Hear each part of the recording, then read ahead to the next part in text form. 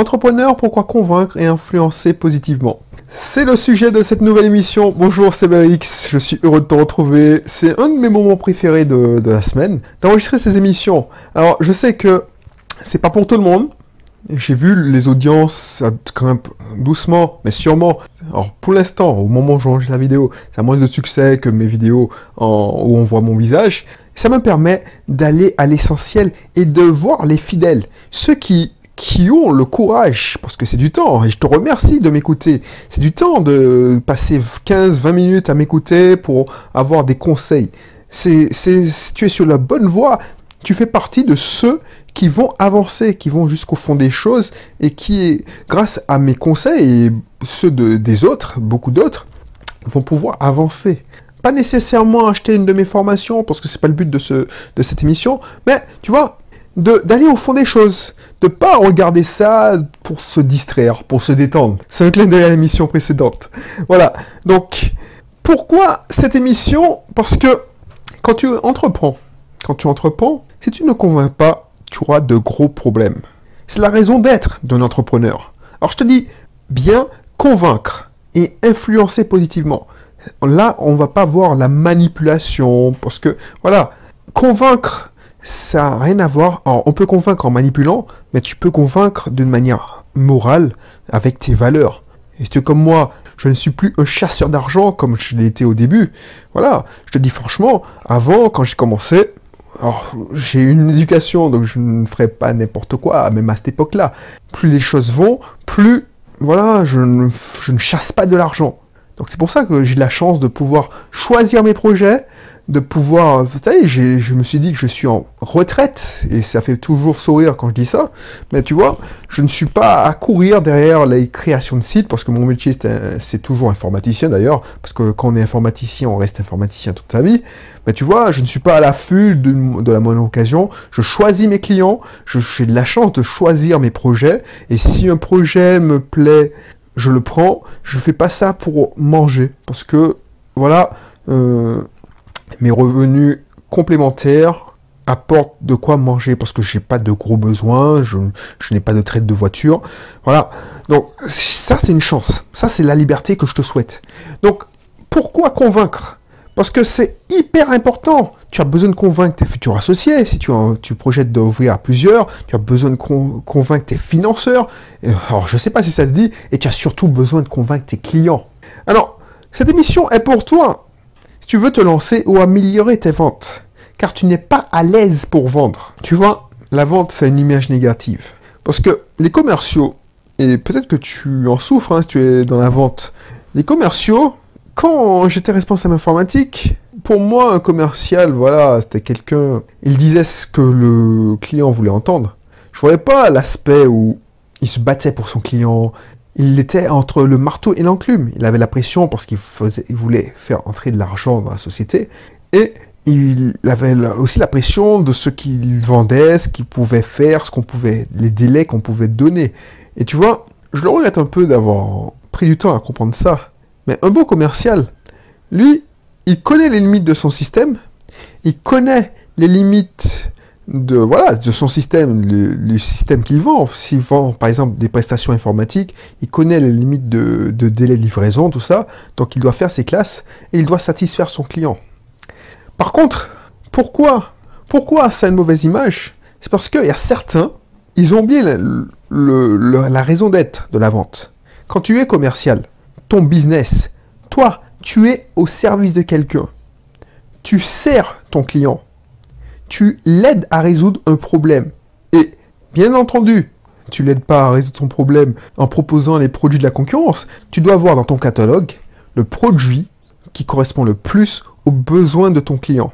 Et ce qu'un bon commercial fera, qu'un mauvais commercial ne fera surtout pas.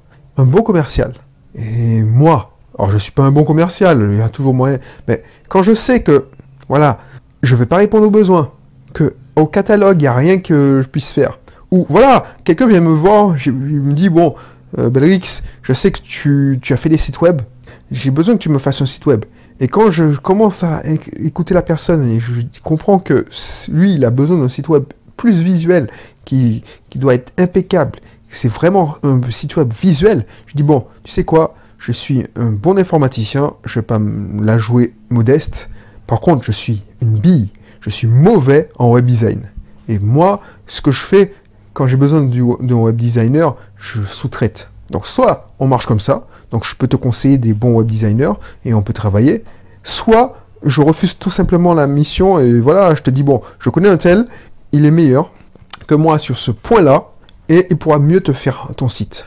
Et c'est la même chose qu'en location saisonnière, c'est la même chose à l'auto-école. Tu vois, en location saisonnière, quand quelqu'un me dit oui, j'ai besoin d'un endroit calme, et je sais que une de mes locations, c'est surtout pas l'endroit où il faut être pour être au calme. Je dis franchement, on a des locations qui sont plus calmes, mais si vous allez là, même s'il y a la piscine, même s'il y a la plage à 20 mètres, il faut savoir que c'est pas calme. Je préfère perdre.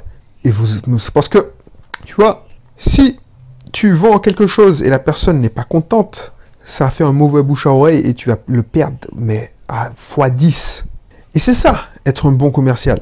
Et tu vois, si tu ne veux pas vendre, si tu ne sais pas vendre, ce n'est pas la peine de créer une entreprise, de vouloir se lancer dans l'entrepreneuriat. Ce qui m'a débloqué, ce qui m'a apporté la solution, c'est un livre que j'ai lu. C'est pas un livre de vente. Alors j'ai lu des livres de vente, je lis beaucoup de livres. Je lis surtout des livres de marketing, de web marketing. Alors je me forme aussi à la technique, je me forme en permanence. Si tu me vois, j'ai toujours un livre en cours. Bref, le livre qui m'a fait prendre conscience de ça, c'est le livre de Dale Carnegie. Dale Carnegie, Comment se faire des amis. Je te mettrai le lien dans la description. Dale Carnegie, Comment se faire des amis. J'ai pris du temps à l'ouvrir. J'ai pris du temps à le commander, à l'ouvrir, parce que, tu vois, le titre, c'est une mauvaise traduction, parce que c'est un livre américain. Le titre, franchement, tu trouves que... Je trouve ça totalement con. Purée, mais comment se faire des amis, même moi, je dis même moi, parce que je suis pas le mec le plus social du monde, même moi, j'ai quelques amis. Donc, comment se faire des amis, et pour quelqu'un qui n'a pas vraiment besoin de beaucoup d'amis, voilà. Mais à force de l'entendre des gens me le recommander, dire oui, c'est un très bon livre pour comprendre les relations humaines, ça m'a aidé. Ben, j'ai fini par l'ouvrir et je n'ai pas regretté. Et une fois que j'ai pu mettre en pratique ce qu'il racontait dans son livre, cela a été plus facile. Cela a été plus facile dans mon business. J'ai pu vendre plus facilement. Tu vois, bon, je te donnerai un exemple simple, mais voilà, j'ai pu vendre plus facilement parce que je pouvais faire mieux passer mon message. Les gens, pourquoi, par exemple, j'ai déjà eu affaire à des consultants. Pourquoi les consultants ont une meilleure réputation que les commerciaux? Parce que tu sais qu'un consultant va te conseiller dans ton intérêt. Donc, une fois que tu as compris tous ces leviers, tous ces concepts, ça a été plus facile. Et ça m'a été plus facile non seulement dans mon business, mais aussi dans ma vie de tous les jours, avec ma fille, avec mon épouse, avec mes parents. Car dans la vie, et c'est ce qu'il faut retenir, je te le répète lentement, si tu continues de ces émissions, tu commences à comprendre que quand je ralentis le rythme, c'est que c'est hyper important, car tout est vente et négociation dans la vie. Tout ce que tu fais, c'est de la vente et de la négociation. C'est ce que j'ai compris. Et ce que j'ai compris aussi, c'est que les mauvais commerciaux ont terni l'image de la vente. Ce qu'on appelle vulgairement les marchands de tapis. Les mecs, ils veulent vendre des glaces à des Esquimaux. Ce qui les intéresse, c'est pas le besoin du client, c'est pas de satisfaire, c'est pas de rendre service, c'est leur commission, c'est leur fric qu'ils font. Et tu vois, si tu continues à faire ça, tu es dans ce cas-là, si tu prends la vente par ce bout-là, tu vas jamais réussir. Au contraire, si toi, tu dis bon, je suis pas à l'aise en vente. Moi aussi, j'étais pas à l'aise. Hein. Franchement, pourquoi j'ai commencé à faire des vidéos, commencé à faire des podcasts? Parce que déjà, tu as pu le remarquer dans des divers épisodes, je ne suis pas hyper à l'aise à l'oral. Je fais beaucoup de fautes de français. Si tu lis mes mails, tu verras, je suis pas un champion d'orthographe. Je suis pas un bon orateur. Je suis des fois vulgaire quand je m'emporte. Et pourtant, voilà, c'est des attitudes qui, a priori, tu me dis, bon, Belrix, ce sera un mauvais commercial. Même mes collègues, quand j'étais responsable informatique, ils me disaient, ouais, tu seras un mauvais commercial. Franchement, tu sais... Parce qu'ils me voyaient, voilà, boum, je me suis quand même assagi, mais ils me voyaient brut de décoffrage. J'avais mon franc-parler. Mais une fois que tu as compris que, voilà, tu n'es pas obligé de faire le lèche-cul pour vendre. Tu n'es pas obligé de dire ce que le gars a envie d'entendre pour vendre. Tu peux être franc. Tu peux dire, voilà, je ne sais pas faire. Par contre, je peux te conseiller quelqu'un d'autre. Ou je peux t'accompagner pour driver cette personne. Parce que j'ai des compétences. Par exemple, je ne sais pas écrire sans faute d'orthographe. Tu viens me voir, tu me dis, bon, j'ai besoin d'un site avec 10 pages. Je ne veux pas les écrire moi-même, les articles. Je délègue. Par contre, je sais manager des gens qui écrivent des articles. Donc, je peux prendre une petite commission et toi, je peux te conseiller. Si tu as besoin de faire un commerce en ligne, si tu as le temps de mettre les mains dans le cambouis, je peux te dire, bon, je peux t'aider, je peux te donner un conseil, je peux te... Voilà, on peut travailler comme tu veux. Je te conseille au mieux. Soit si tu veux un truc clé en main, je te le fais clé en main. C'est pas ce que je préfère, mais je peux te le faire. Si tu travailles, si tu es occupé, tu n'as pas le temps. Mais si toi, tu as des bases d'informatique, ou si quelqu'un, un informaticien viendrait me voir et me dit, bon, tu sais, franchement, décompresser en WordPress et faire un blog, franchement, c'est dans mes cordes. Par contre, j'ai besoin de toi pour quelques conseils, par-ci, par-là. Bah, je lui vends pas, je ne fais pas le forcing pour lui vendre absolument une prestation de création de site internet. Je vends du consulting. C'est tout.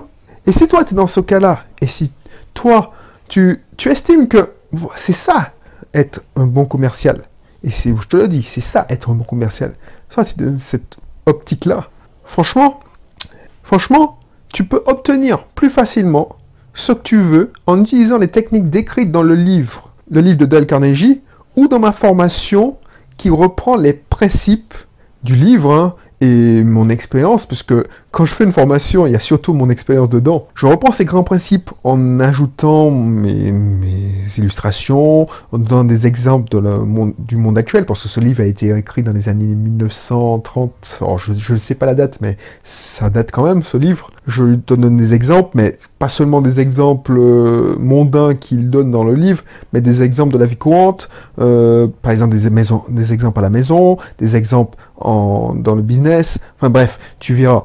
Donc voilà, et cela, ça va te servir pour mieux vendre. Mieux vendre, tu pourras mieux convaincre. Et si le sujet t'intéresse, si tu as besoin de convaincre, parce que c'est une question de vie ou de mort, un business. Comme je l'aime répéter souvent, et je l'avais lu dans un livre, le cash, c'est le sang qui coule dans les veines de ton entreprise. Tu ne fais pas entrer du cash, ton entreprise est morte. Du cash d'une manière ou d'une autre. Ça peut être en faisant des ventes, et c'est ce que je te conseille, mais ça peut être aussi en trouvant des investisseurs, en trouvant des financements. Mais au début, si tu ne fais pas ça, si tu n'arrives pas à vendre ton projet, tes idées, tu resteras dans le néant, tu resteras à zéro. C'est pour ça que c'est important de savoir convaincre et de savoir négocier. Bref, donc si le sujet t'intéresse, c'est pas cher en plus, si je me souviens bien, c'est moins de 30 € cette formation. Donc tu vois, c'est presque donné, hein. Moi, mes formations, je ne cherche pas à les vendre à tout prix. Si ça te va, tu le prends. Je ne fais pas de gros lancements tous les ans pour faire des millions, tout ça. Moi, je vis essentiellement des locations saisonnières, de mes sources de revenus. Je fais beaucoup de formations parce que j'ai voulu répondre à un moment donné à une question pour un client, et je me suis dit, tiens, je vais faire une formation, comme ça va servir à tout le monde. Donc c'est pour ça que je le vends. Certaines, je les vends pas cher. Donc celle-là, comment convaincre? Voilà, soit tu lis le livre, donc ça va te prendre 10-15 heures. Alors je te conseille de lire en anglais. Alors il a été traduit en français, mais voilà. Soit tu prends 1 heure de ton temps, et tu as le résumé, le condensé, et je l'enrichis de mes expériences, de la façon dont je comprends le livre. Donc voilà. Bref. Et tu vois, par exemple, dans la formation, je te donne le conseil de ne jamais critiquer. Et au moment où j'ai commencé à appliquer ce simple conseil, ça a marché beaucoup mieux dans mes négociations, quand j'essaie de convaincre. Parce que les gens, ils ne veulent pas être critiqués. Même le plus grand criminel, le mec qui dégaine son fusil et il tue quelqu'un qui lui a fait un regard de travers, il va se trouver une excuse. Il va dire, ce gars-là, il m'a mérité de mourir parce qu'il m'a regardé de travers.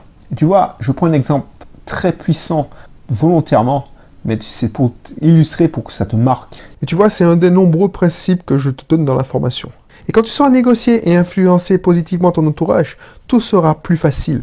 Tu n'auras plus besoin de forcer la main pour vendre. À la maison, les choses seront plus apaisées. Donc voilà. Donc, je te laisse faire. Si le sujet t'intéresse, c'est simple, tu cliques sur le lien qui se situe dans la description.